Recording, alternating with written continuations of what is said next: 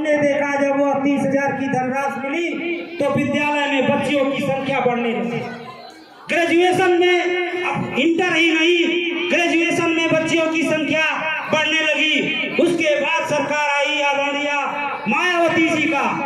मायावती जी ने कक्षा 10 पास होने वाली बालिकाओं को 20,000 रुपया नगद और एक साइकिल दिया कि नहीं? शायद प्रधानाचार्य जी को पता होगा, हम लोग एक साथ थे। इस एरिया में सबसे अधिक अगर साइकिल आई होगी तो हमारे विद्यालय में आई होगी। सबसे अधिक जब हम लोग साइकिल लेने जाते थे तो संकुल पर हड़कंप मच जाती थी कि ये तो चोरिया वाले आ गए, हमें लगता है हमको नहीं मिलेगा। इतनी साइकिल लाते थे। तो किसने दिया? मायावती जी ने दिया। किसके आदेश पर? संविधान के आधार पर। उसके बाद एक और सरकार आई जिसका वो आदरणीय अखिलेश यादव जी की सरकार आई। वो थोड़ा कम किए, वो भी दिए लैपटॉप दिए, लेकिन उनके नियमावली में यह नहीं था कि जो भी बच्चियां पास होगी इंटरमीडिएट उनको दिया जाएगा। कुछ प्रतिबंध लगा हुआ था। उसके बाद सरकार आई आदरणीय आदित्यनाथ जी की। अब उनसे हमें तो नहीं लगता कुछ मिला है। एक योजना शायद है, अगर आप लोगों को पता हो तो बताइएगा कि 80% है ना, 80% से ऊपर पाने वाले बच्चों को या बेटियों को कोई विशेष धनराशि दी जाती है। वो शायद हमें इसलिए नहीं याद है कि हमारे बच्चों को नहीं मिला। क्योंकि थोड़ा सरकार की मंशा में हमें खोट लगा। अगर देना था तो जो 80% या ऊपर पाई वो लड़की विद्वान है, या जो 79% पा गई तो क्या वो मूर्ख है? आप लोग बताइए, उसको भी मिलना चाहिए कि नहीं मिलना चाहिए? उनको भी मिलना चाहिए था जिस तरह से पूर्ववर्ती सरकारें देती थी गरीब बेटियों को, चाहे वह थर्ड क्लास ही क्यों न पास हो।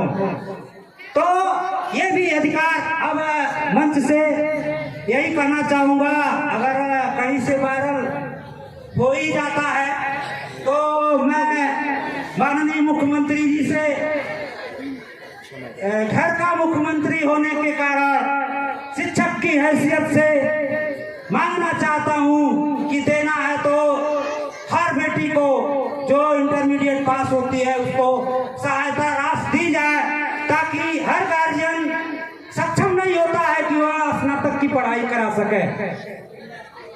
और इसके पहले जो धन मिलता था उससे स्नातक की पढ़ाई बच्चियों की आसानी से हो जाती थी, होती थी कि नहीं? तो इनको इसमें संशोधन किया जाए और हर बच्ची को जो इंटरमीडिएट पास हो, हमारी तमाम छात्राएं हैं, हमें लगता है हमारे यहाँ से पास होकर जाती हैं तो 50% धनाभाव में नहीं पढ़ पाती हैं, तो उनका सहयोग हो सके।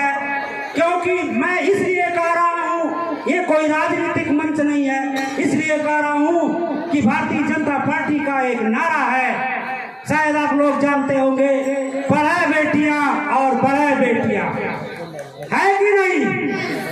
अगर पढ़े बेटियां बढ़े बेटियां हैं तो आदरणीय श्रद्धेय मुलायम सिंह जी ने दिया 30,000, आदरणीय मायावती जी ने 30,000 दिया प्लस साइकिल, 11 में 20 और 12 में 10, यही ना? 30,000 दिए तो महिला शिक्षा का परसेंटेज, उत्तर प्रदेश का महिला शिक्षा का स्तर बढ़ गया। अगर रिकॉर्ड देख लिया जाए तो इससे पहले इतना अच्छा अवसर नहीं था। तो मैं मुख्यमंत्री जी से आह्वान करूंगा कि हमारी बेटियों को अगर आप लोगों ने ना दिया है तो धन भी दीजिए पढ़ने के लिए, नहीं तो कोकला नारा से काम चलने वाला नहीं है। और बाबा साहब के आदेश पर ही कह रहा हूँ कि अगर इतना धन नहीं दे पा रहे हैं तो कुछ हमारी बेटियां आपके निवास स्थान गोरखपुर में जाती है, बाई बस से पढ़ने के लिए जाती है ना, तो कम से कम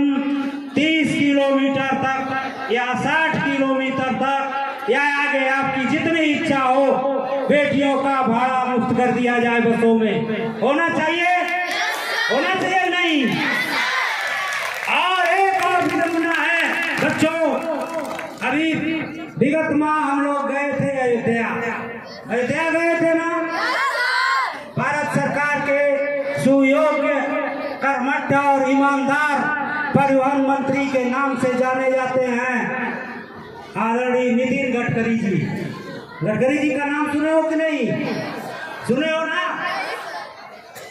नहीं सुने हो तो सुन लो कि परिवहन मंत्री हैं नितिन गडकरी जी, श्री नितिन गडकरी जी। अगर कहीं से उनको हमारी आवाज मिल जाए तो मैं उनसे भी रिक्वेस्ट करता हूं कि हम लोग अपने बच्चों के साथ, बच्चियों के साथ अयोध्या गए थे तो हमें भी टोल टैक्स देना पड़ा था।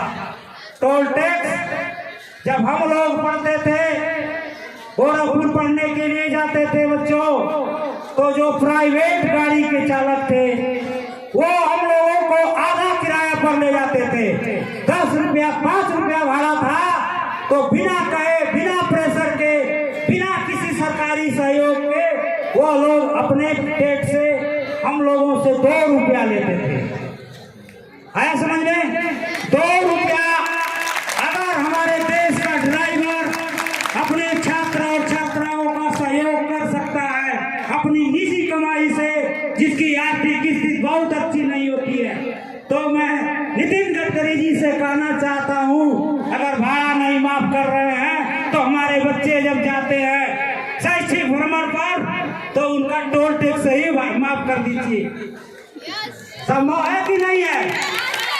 लेकिन इतने से काम चलने वाला नहीं है, और आगे भी आप कुछ देना चाहते हैं तो दे सकते हैं।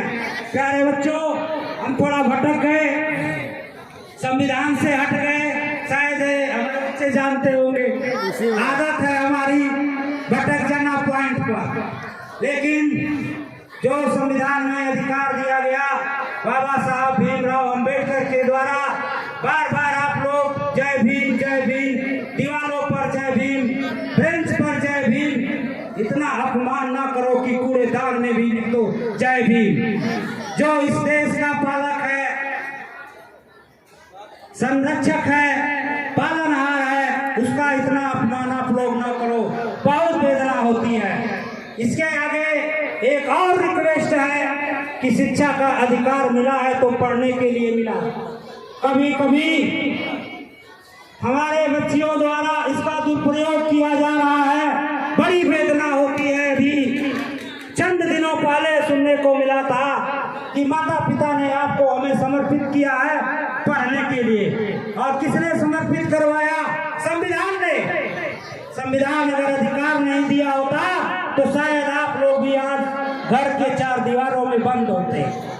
तो अगर बाबा साहब ने अधिकार दे दिया, माता पिता ने अपने खून पसीने से सींच करके आपको हमारे पास भेज दिया, खुला वातावरण दे दिया, हम लोग बार बार बताते रहते हैं, फिर भी कुछ कमियां सुनने को मिल रही है कि कुछ बच्चियां अमर्यादित कार्यों में लिप्त हो जाती हैं।